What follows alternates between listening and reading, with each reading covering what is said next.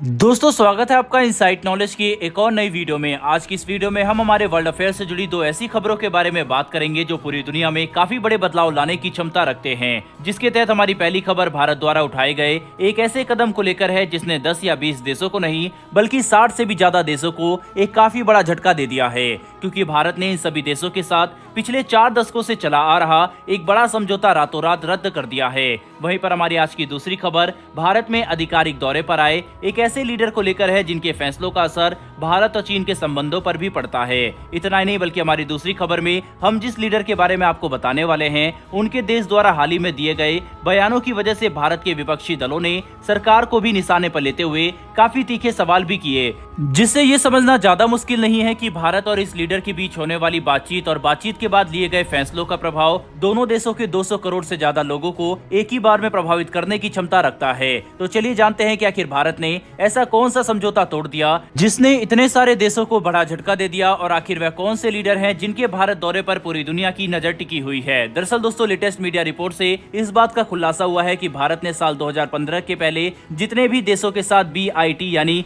Bilateral investment treaty sign की थी, उनमें से अधिकतर देशों के साथ अपने इस एग्रीमेंट को तोड़ने का फैसला भारत ने कर लिया है और आधिकारिक तौर पर लगभग 68 देशों को एग्रीमेंट का टर्मिनेशन लेटर भी भेज दिया गया है। जिसके बाद भारत का कहना है कि हम इन सभी देशों के साथ ट्रेड और इन्वेस्टमेंट की पॉलिसी एक बार फिर से डिस्कस करना चाहते हैं ताकि नए एग्रीमेंट में भारत की पोजीशन मजबूत हो सके, जो कि भारतीय अर्थव्यवस्था के लिए काफी फायदेमंद साबित होगा। बता दें कि बाइलेटरल इन्वेस्टमेंट ट्रीटी एक ऐसा एग्रीमेंट होता है जिसके तहत दो देश ये तय करते हैं कि जब दोनों देशों की कंपनियां एक दूसरे में इन्वेस्टमेंट और ट्रेड करेगी तब उन्हें किस तरह के इंसेंटिव दिए जाएंगे और किस तरह के फ्रेमवर्क के तहत दोनों देशों की कंपनियां एक दूसरे के देशों में काम कर सकती है। लेकिन अक्सर एग्रीमेंट साइन करते समय जिस देश की अर्थव्यवस्था बड़ी होती है वे अपनी मजबूत पोजीशन का इस्तेमाल करते हुए अपनी कंपनियों के लिए एग्रीमेंट में ज्यादा बेनिफिट चाहते हैं और बड़ी अर्थव्यवस्था होने की वजह से उन्हें ये बेनिफिट मिलता भी है। लेकिन साल 2015 के बाद अब भारत की स्थिति पूरी तरह से बदल चुकी है। आज जहां एक तरफ भारत की अर्थव्यवस्था 3.5 ट्रिलियन डॉलर की है, वहीं पर दूसरी तरफ हम तेजी से विश्व की तीसरी सबसे बड़ी अर्थव्यवस्था बनने की तरफ आगे बढ़ रहे हैं। ऐसे में अब भारत पुराने एग्रीमेंट के साथ आगे नहीं बढ़ सकता, क्योंकि हमें हमारी कंपनियों के लिए ज्यादा बेनिफिट और इंसेंटिव चाहिए ताकि हमारी प्राइवेट और पब्लिक सेक्टर कंपनियां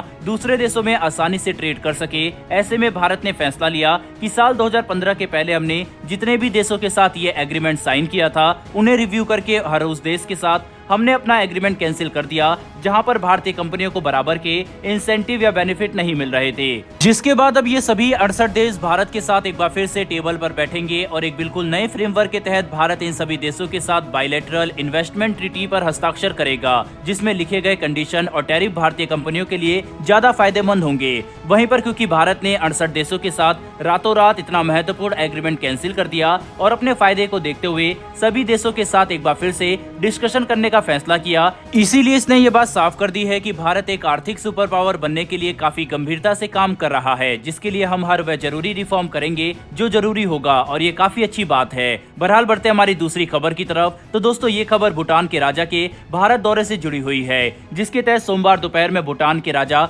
भारत पहुंचे और उन्होंने अपना दौरा शुरू कर दिया है। बता दें कि भूटानी किंग भारतीय राष्ट्रपति द्रौपदी मुर्मू जी के आमंत्रण पर भारत आए हैं, पर इस दौरे के समय वह भारतीय प्रधानमंत्री नरेंद्र मोदी के साथ एक काफी महत्वपूर्ण बातचीत करेंगे, जिस पर भारत और चीन ही नहीं बल्कि पूरी दुनिया की नजरें टिकी है, क्योंकि इस मीटिंग में लिए गए फैसले 200 करोड़ लोगों पर सीधा प्रभाव डालने की क्षमता रखते हैं, जिसकी वजह से भारत भी भूटान के राजा के साथ होने वाली इस मीटिंग को लेकर काफी उत्सुक है। दरअसल आपको याद होगा कि कुछ समय पहले ही भूटान की तरफ से चीन के साथ अपने सीमा विवाद को लेकर ऐसे बयान दिए गए थे जिसने भारत को चिंतित कर दिया था, क्योंकि उन बयानों से ये बात साफ हो गई कि भूटान चीन से लड़ने की मंशा बिल्कुल नहीं रखता, बल्कि वह किसी भी तरह इस मामले को सुलझाना चाहता है, भले ही उन्हें थोड़ा सा जमीन का नुकसान ही क्यों न सहना पड़े। लेकिन भारत इस तरह का कोई भी कदम नहीं उठा सकता, इसीलिए हम भूटान के साथ बातचीत करना चाहते हैं ताकि भूटान अपना स्टांस सॉफ्ट ना करे और चीन को लेकर जो भी पॉलिसी बनाए उसमें भारत के इंटरेस्ट का ध्यान भी जरूर रखे। दोस्तों इतना ही नहीं बल्कि भारत का चीन के साथ सीमा विवाद को लेकर भारत के विपक्षी दलों ने सरकार को घेर कर तीखे सवाल किए थे कि कि आखिर हम चीन की विस्तारवादी नीति को रोकने के लिए